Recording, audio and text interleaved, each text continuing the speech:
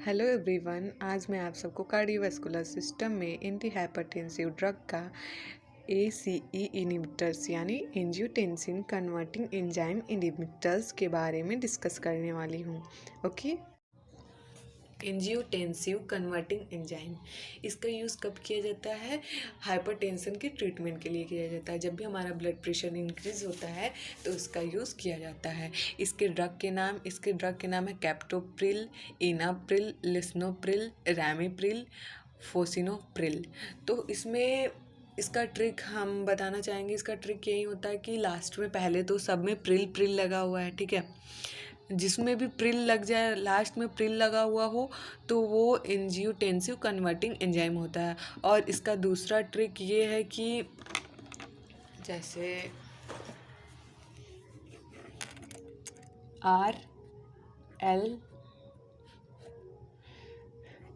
RLCFE, okay, आर्यल cafe. अगर आपको पढ़ना है तब कैफ़े का स्पेलिंग ये होता नहीं है, मगर याद करने के लिए बहुत अच्छा ट्रिक होता है, ठीक है। आर्यल कैफ़े, आर्यल मतलब रैमीप्रिल, एल मतलब लिस्नोप्रिल, कैफ़े मतलब कैफ़े CFE कैफ़े, कैफ़े मतलब C मतलब कैप्टोप्रिल, F का मीन्स होता है फिसिनोप्रिल, E का मीन्स होता है इनाप्रिल्स। ओके, अब हम बात करते हैं मैकेनिज्म ऑफ एक्शन की। मैकेनिज्म ऑफ एक्शन में ये बोलता है कि mechanism of action most important होता है फार्माकोलॉजी में। मैकेनिज्म ऑफ एक्शन और ड्रग नेम, ये दोनों मोस्ट इम्पॉर्टेंट होता है। मैं रिपीट कर रही हूँ, ये दोनों मोस्ट इम्पॉर्टेंट होता है। ये दोनों अगर हमें अच्छे तरीके से याद है तो फिर हमें आगे का इंडिकेशन, कॉन्ट्रा इंडिकेशन ज़्यादा याद करने की ज़रूरत नहीं है, ठीक है। इसका मैकेनिज्म ऑफ एक्शन क्या बोल रहा है? अगर हम ये ड्रग लेते हैं तो क्या एक्शन करता है, कैसे एक्शन करता है, जिससे कि हमारा जो हाइपरटेंशन है, वो जो ब्लड प्रेशर है जो इंक्रीज़ हुआ है, वो कैसे डिक्रीज़ हो जाए, ठीक है। तो पहले तो करेंगे, it acts by inhibiting angiotensive converting enzyme and prevents the conservation of angiotension first to angiotensin second and preventing peripheral vasoconstriction. इसका सिंपल सा मतलब ये है कि ये जो एंजियोटेंसिन कन्वर्टिंग एंजाइम है वो क्या करता है, इनहिबिट कर देता है। ये ड्रग जैसे कैप्टोप्रिल वगैरह लिए तो इसको इनहिबिट कर देगा, वो एंजियोटेंसिव फर्स्ट से सेकेंड में कन्वर्ट ना हो सके। क्यों? अगर ये फर्स्ट से सेकेंड में कन्वर्ट हो जाएगा तो हमारे ब्लड वेसल्स को कॉन्स्ट्रिक्ट कर देगा, इसीलिए ये फर्स्ट से सेकेंड में कन्वर्ट होने नहीं देता है, इनहिबिट कर देता है, जिससे कि हमारा ब्लड वेसल्स कॉन्स्ट्रिक्ट नहीं होगा और हमको हाइपरटेंशन नहीं होगा। पहला मैकेनिज्म ऑफ एक्शन तो ये है। अब हम सेकेंड टाइप से पढ़ेंगे मैकेनिज्म ऑफ एक्शन किसका? एंजियोटेंसिव कन्वर्टिंग एंजाइम का। फर्स्टली क्या है? एंजियोटेंसिव एंड्रोजन, एंजियोटेंसिनोजन, ठीक है, सॉरी, एंजियोटेंसिनोजन। ये कहाँ से? लीवर से सिंथेसाइज होता है। अपने लीवर से सिंथेसाइज होता है, रेनिन के थ्रू एंजियोटेंसिव फर्स्ट में कन्वर्ट होता है, देन यहीं पे मेन होता है, या ये एंजियोटेंसिव कन्वर्टिंग एंजाइम के थ्रू ये सेकेंड एंजियोटेंसिव सेकेंड में कन्वर्ट हो जाता है, ठीक है। तो इसमें जब ये सेकेंड में कन्वर्ट होता है तो पहले क्या करता है? वैसो कॉन्स्ट्रिक्शन करता है। ये क्या करता है? वैसो कॉन्स्ट्रिक्शन करता है। वैसो कॉन्स्ट्रिक्शन का मतलब होता है कि ब्लड वेसल्स को कॉन्स्ट्रिक्ट कर देना। फिर वैस्कुलर रिस्ट्रक्शन, जब ब्लड वेसल्स कॉन्स्ट्रिक्ट हो जाएगा तो रिस्ट्रक्शन होगा, आगे ब्लड जा नहीं पाएगा। देन दूसरा क्या करता है? Aldosterone release. एल्डोस्टेरॉन का मीन्स होता है, एल्डोस्टेरॉन हार्मोन होता है जो कि क्या करता है? सोडियम और वाटर को क्या करता है? मेंटेन करके रखता है। लेकिन जब एल्डोस्टेरॉन रिलीज होने लगेगा ज़्यादा तो क्या होगा? इंक्रीज़ हो जाएगा, सोडियम और वाटर का लेवल होगा, इंक्रीज़ हो जाएगा, जिससे कि अब इधर भी वैसो कॉन्स्ट्रिक्शन हो रहा है, इधर भी सोडियम और वाटर का लेवल इंक्रीज़ हो रहा है, तो जिससे क्या होगा? हमारा ब्लड प्रेशर भी इंक्रीज़ हो जाएगा, ठीक है। अब यहीं पे जो हमारा ड्रग है रैमीप्रिल, लिस्नोप्रिल, ये ड्रग होता है जो वो यहीं पे अगर वो ड्रग देंगे रैमीप्रिल, लिस्नोप्रिल, तो वो क्या करेगा? साफ साफ लिखा हुआ, इनहिबिट कर देगा। एंजियोटेंसिव फर्स्ट, एंजियोटेंसिव सेकेंड में कन्वर्ट नहीं होने देगा, इनहिबिट कर देगा। ठीक है, जब इनहिबिट कर देगा तो फिर ये सारा प्रपंच होगा ही नहीं, ये सारा मामला आएगा ही नहीं, तो ब्लड प्रेशर बढ़ेगा ही नहीं, इंक्रीज ही नहीं होगा, ब्लड प्रेशर क्या होगा, नॉर्मल हो जाएगा। ठीक है, ये बार बार अगर कन्वर्ट होता है तभी हमारा ब्लड प्रेशर इंक्रीज होता है।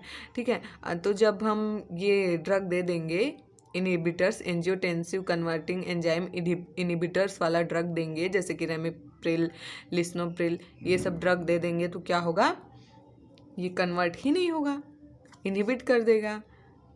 ठीक है, तो जिससे हाइपरटेंशन होगा ही नहीं। अब हम आते हैं इंडिकेशन पे, यानी यूजेस पे। इसका क्या मतलब, किस किस डिजीज़ में या फिर किस किस टाइम पे यूज़ होता है। टू ट्रीट माइल्ड हाइपरटेंशन, ये माइल्ड हाइपरटेंशन को ट्रीट करता है। Ramipril also is used to treat heart failure after a myocardial infection. ये जो रेमिप्रिल ड्रग है, ये जो रेमिप्रिल ड्रग है, ये कब यूज़ किया जाता है, हार्ट फेलियर के लिए, हार्ट फेलियर ट्रीट के लिए यूज़ किया जाता है। After a myocardial infection, myocardial infection के बाद।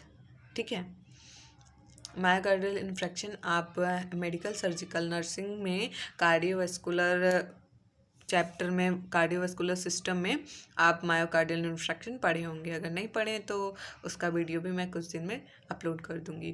देन आगे पढ़ते हैं, to reduce the risk of myocardial infection and death from cardiovascular causes. ठीक है, ये क्या करता है, मायोकार्डियल इन्फेक्शन होने से बचाता है, मायोकार्डियल इन्फेक्शन के रिस्क से भी बचाता है, रिड्यूस कर देता है उसके रिस्क को। ठीक है, कॉन्ट्रा इंडिकेशन, कॉन्ट्रा इंडिकेशन का मीन्स होता है कि किसको ये ड्रग नहीं देते हैं। ऐसे कौन से मेन वुमेन होते हैं जिनको ये ड्रग नहीं दिया जाता है। ठीक है, जिनके लिए ये ड्रग कोई काम का नहीं होता है। इंडिकेशन मतलब जिसके लिए यूज़ होता है, कॉन्ट्रा इंडिकेशन मतलब जिसके लिए यूज़ नहीं होता है। जैसे कोई पर्सन है, उसको कार्डियक हार्ट ब्लॉक है, मतलब उसका कार्डियक हार्ट ब्लॉक है या फिर कार्डियक फेलियर, उसको हम ये ड्रग नहीं दे सकते। ब्रैडीकार्डिया है, हार्ट रेट उसका डिक्रीज है तो उसको नहीं दे सकते। प्रेग्नेंट वुमेन को नहीं दे सकते। लैक्टेटिंग मदर को नहीं दे। लैक्टिंग मदर मतलब होता है कि जैसे कोई भी मदर ब्रेस्ट फीडिंग कराती है, छोटी बेबीज़ को मिल्क दूध पिलाती है अपना खुद का, तो उससे बोलते हैं। ठीक है, एडवर्स इफ़ेक्ट, एडवर्स इफ़ेक्ट का मीन्स होता है कि हम जब दवा लिए हैं, हम जो ड्रग लिए हैं, जैसे एंजियोटेंसिव कन्वर्टिंग एंजाइम का जो भी दवा, रेमिप्रिल, लिस्नोप्रिल, ये सब जो ड्रग लिए हैं, तो हमें सूट किया तो ठीक है, अगर सूट नहीं कर रहा है तो क्या क्या इफ़ेक्ट हो सकते हैं इसके, या हम ये दवा कुछ ज़्यादा टाइम तक लेंगे तो क्या क्या इफ़ेक्ट हो सकते हैं। प्रोटीनूरिया, प्रोटीनूरिया का मीन्स होता है कि हमारे यूरिन में प्रोटीन का कुछ लेवल आना, कुछ मात्रा प्रोटीन का आना हमारे यूरिन में। ठीक है, और रैसेस, स्किन पे छोटे छोटे दाने निकल जाना। ट्रैकीकार्डिया मतलब हार्ट रेट का इंक्रीज हो जाना। फेंटिंग मतलब बेहोश होना। लाइट हेडनेसनेस मतलब कि हल्का फुल्का सर दर्द होना। अब ड्रग इंट्रैक्शन, ड्रग इंट्रैक्शन क्या है। ड्रग इंट्रैक्शन देखिए, ये जो ड्रग इंट्रैक्शन है ये बता रहा है कि में NSAID में डिक्रीज इट्स इफ़ेक्ट। मतलब क्या, पहले तो मतलब NSAID का मीन्स क्या होता है, non steroid anti inflammatory drug. ठीक है, अगर हम पर्सन को NSAID ड्रग दे रहे हैं, ठीक है, तो वो इसका इफ़ेक्ट, जो एंजियोटेंसिव कन्वर्टिंग एंजाइम का इफ़ेक्ट क्या कर देगा, डिक्रीज़ कर देगा। तो जब भी हम ये ड्रग दे रहे हैं तो ये ड्रग ना दें। अगर एंजियोटेंसिव कन्वर्टिंग एंजाइम हम दे रहे हैं तो ये ड्रग देना बंद कर दें। ओके, नर्सिंग रिस्पॉन्सिबिलिटी, हमारा मेन होता है नर्सिंग रिस्पॉन्सिबिलिटी, कि अगर वो ड्रग दिया जा रहा है तो हमारे नर्स का, हम लोगों का क्या रिस्पॉन्सिबिलिटी होता है। हम लोग BSc नर्सिंग ही कर रहे हैं ना, तो BSc नर्सिंग में तो नर्सिंग रिस्पॉन्सिबिलिटी होती ही है मेन। तो हमारा क्या वर्क होता है, अगर हम किसी को एंटी हाइपरटेंसिव ड्रग दे रहे हैं तो उसमें क्या वर्क है। एंटी हाइपरटेंसिव में हम थर्ड पढ़ रहे हैं, एंजियोटेंसिव कन्वर्टिंग एंजाइम। ठीक है, तो इसमें क्या होगा कि पहला होगा administer captopril on empty stomach.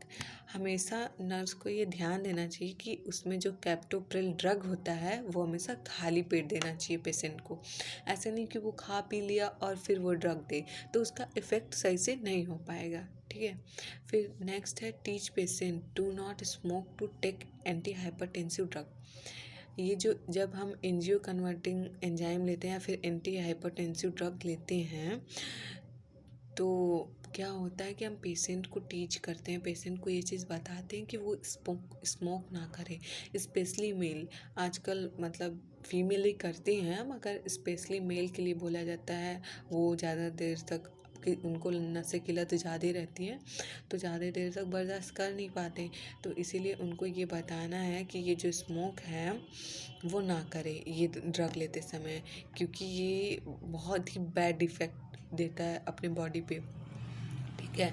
इसी के साथ मेरा कार्डियोवैस्कुलर सिस्टम में जो एंटी हाइपरटेंसिव ड्रग है वो कंप्लीट होता है। इसमें 3 होते हैं, beta blockers, calcium channel blockers, angiotensive converting enzyme.